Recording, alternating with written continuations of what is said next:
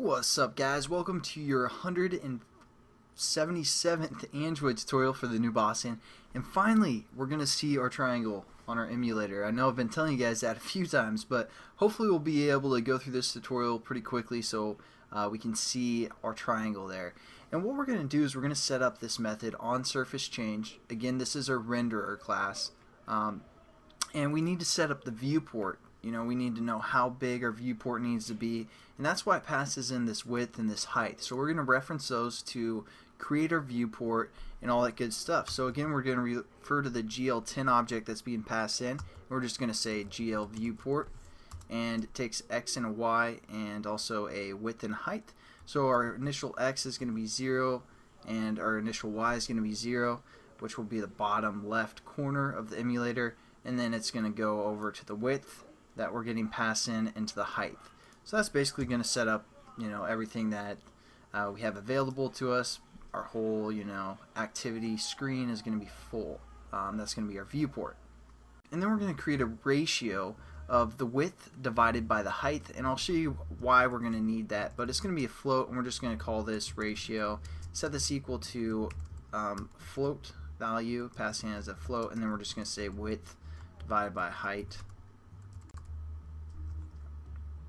And so again, that's just a ratio of our width to our height, because when our device changes, we want to have the ratio the same, whether it be in portrait or in landscape mode. So that's what we're going to need this ratio for. We're also going to set up what matrix mode we want, and we're just going to say GL matrix mode,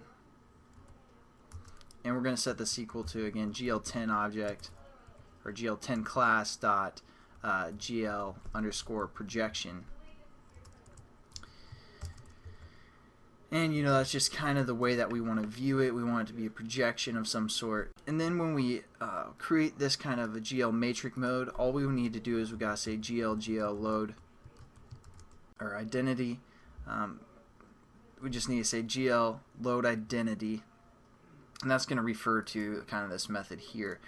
And then just quickly, we want to tell kind of give reference of how big our viewport is in 3 dimensions, because let's say we don't want to load all of our objects, so if we're like this close, we want the square to load, or a triangle I should say, but if that goes far enough out of the screen, we're just gonna not let that render, so we're gonna save some performance.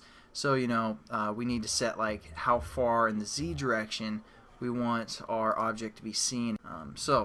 How we do that is we're going to say GL frustum F as in float, and what we're going to do is we're going to say for the left value we're going to say our negative ratio that we set up, our right value our ratio, our bottom we're going to say -1, for top value we're going to say just for example 0.5.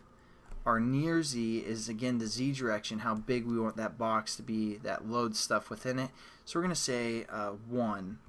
This is going to basically be from the reference of where our camera's at. So it's going to be 1 is the starting point, and how far away from the camera is what we want the Z far to be. So we're going to set that to like 25. So if our camera gets 25 away, then it's going to not load it. And we just have to say this is a float value here. And there we go. So basically what this frustum is doing is it's telling the left value, the right value, bottom and top, all that good stuff. And again, the left value we're using the ratio because again, if we switch from landscape to portrait, we want to kind of have that left and that right value the same according to which view we're in. So that's why we set up that ratio as well.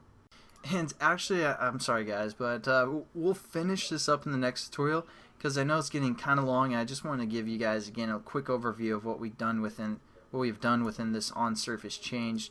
Again, we just set our viewport, so basically our whole screen is going to be our viewport, or our whole activity I should say.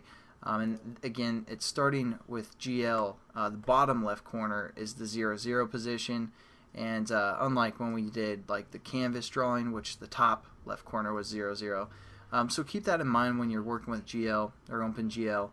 And then what we did is we set up a ratio to kind of handle what happens when the person changes their phone from portrait to landscape, and we're going to use this ratio later to define the frustum, which is going to be basically our viewing area where it's going to load all of our shapes or triangles or whatever. And if it goes out of this kind of box surrounding those triangles, then it's not going to be able to see. We'll get into that later, a little bit more in depth in the next tutorial when we actually see the triangle. I said we'd do it again in this tutorial, but that's probably going to be it for now. So watch the next tutorial, and I promise you guys we'll render it in there, and I'll catch you guys then. Have a good one.